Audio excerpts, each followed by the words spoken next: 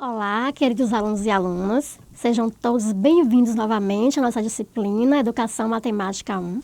Na videoaula de hoje, iremos discutir sobre matemática e cidadania, inclusão e exclusão social, fazendo uma breve introdução sobre a cidadania e relacionando ao nosso conteúdo de hoje, que é cidadania e matemática. O que nós desejamos aqui é refletir um pouco sobre o significado desta palavra e sua relação com a educação, e mais especificamente com a matemática. Você já parou para pensar como a nossa linguagem educacional atualmente acaba esvaziando alguns termos? Ou seja, acabamos às vezes repetindo tanto a mesma palavra da moda que ela acaba sem significado. Este é o caso da palavra cidadania. Não podemos mais pensar hoje em uma prática ou teoria educacional sem falar esta palavrinha. Mas o que é mesmo cidadania? O que essa palavra tão utilizada por nós significa?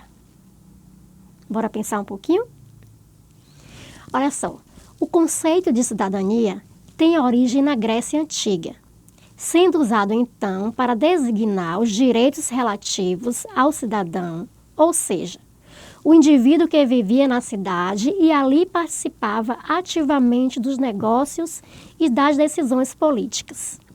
Cidadania pressupunha, portanto, todas as implicações decorrentes de uma vida em sociedade. Ao longo da história, isso foi modificando um pouquinho. O conceito de cidadania foi ampliado, passando a englobar um conjunto de valores sociais que determinam o conjunto de deveres e direitos de um cidadão. Essa é a definição que está lá na Wikipedia, vocês podem dar uma conferida. A gente vai estudar a cidadania a partir do olhar dos parâmetros curriculares nacionais, dos PCNs, né? Que ele trata de cidadania, e o trabalho desenvolvido com a cidadania é bastante marcante nele, cidadania e matemática. Esse documento dos parâmetros curriculares nacionais é considerado um referencial para os docentes envolvidos no ambiente educacional. Por quê? Porque ele orienta a prática pedagógica, ele contribui também para que toda criança e jovem tenha acesso a um conhecimento matemático que lhes possibilite sua inserção como cidadãos na sociedade em que vivemos, nos diversos ambientes que atuamos, nas relações sociais e também culturais. A gente sabe que a matemática é um componente importante na construção da cidadania. Por quê? Porque na medida em que a sociedade se utiliza cada vez mais de conhecimentos científicos e recursos tecnológicos dos quais os cidadãos devem se apropriar, ele também utiliza-se de matemática. Ou seja, para exercer a cidadania é necessário saber calcular, saber medir, raciocinar, argumentar, tratar informações estatísticas, e tudo isso é previsto lá no PCN de matemática, nos parâmetros curriculares nacionais. O documento referente à 5ª e 8ª série, agora 6º e 9º ano, se organiza da seguinte maneira. Primeiro, ele faz uma análise dos mais recentes movimentos de reforma curricular, discutindo sobre o papel da matemática em nossas vidas e a necessidade de mudarmos o quadro em que se encontra o ensino dessa disciplina.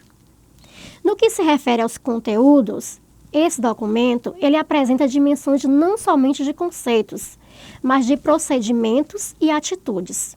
A avaliação, dentro dos parâmetros, ela é tratada em suas dimensões processual e diagnóstica, como parte fundamental no ensino e na aprendizagem da matemática. Então, nos slides de apresentação da aula de hoje, vocês terão acesso ao link do PCN Fácil. Então, nos parâmetros curriculares nacionais, o ensino da matemática está previsto que ele prestará sua contribuição à medida que forem exploradas metodologias que priorizem a criação de estratégias e comprovação, a justificativa, a argumentação, o espírito crítico e favoreçam a criatividade, o trabalho coletivo, a iniciativa pessoal e a autonomia advinda do desenvolvimento da confiança na própria capacidade de conhecer e enfrentar desafios. É importante destacar que a matemática deverá ser vista pelo aluno como um conhecimento que pode favorecer o desenvolvimento do seu raciocínio, de sua capacidade expressiva, de sua sensibilidade estética e de sua imaginação. Então, a gente traz aí para vocês, nesse slide, uma prática matemática, aonde o aluno pode estar refletindo sobre a questão do salário mínimo, a questão das empregadas domésticas. E no próximo slide, vocês vão perceber que a gente traz aí um recibo, né, de pagamento do empregador.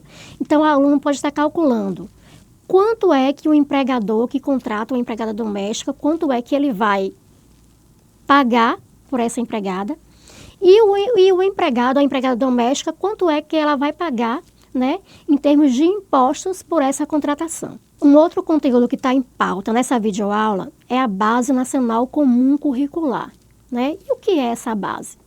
A base, na realidade, ela é um documento que vai deixar claro os conhecimentos e habilidades essenciais aos quais todos os estudantes brasileiros têm o direito de ter acesso e se apropriar durante sua trajetória na educação básica, ano a ano, desde a educação infantil até o ensino médio. E por que ter uma base nacional comum? Por que estamos discutindo sobre uma base nacional comum?